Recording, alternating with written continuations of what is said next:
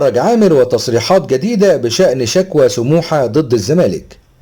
رئيس مجلس إدارة نادي سموحة السكندري محمد فرج عامر كشف خلال تصريحاته الأخيرة حقيقة تقديم شكوى ضد نادي الزمالك بسبب مستحقات اللاعب محمود شبانة.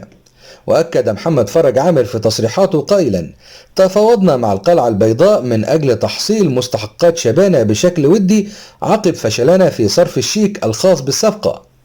خاطبنا إدارة الزمالك أكثر من مرة لتحصيل مستحقات اللاعب العائد من الإعارة، وحاولنا الحصول على المستحقات بنظام الكاش، وكان لدينا تمسك بهذا الأمر، لكن بعد تدخل بعض الوسطاء قبلنا أن يكون تحصيل الأمر أو تحصيل الأموال بنظام الشيك.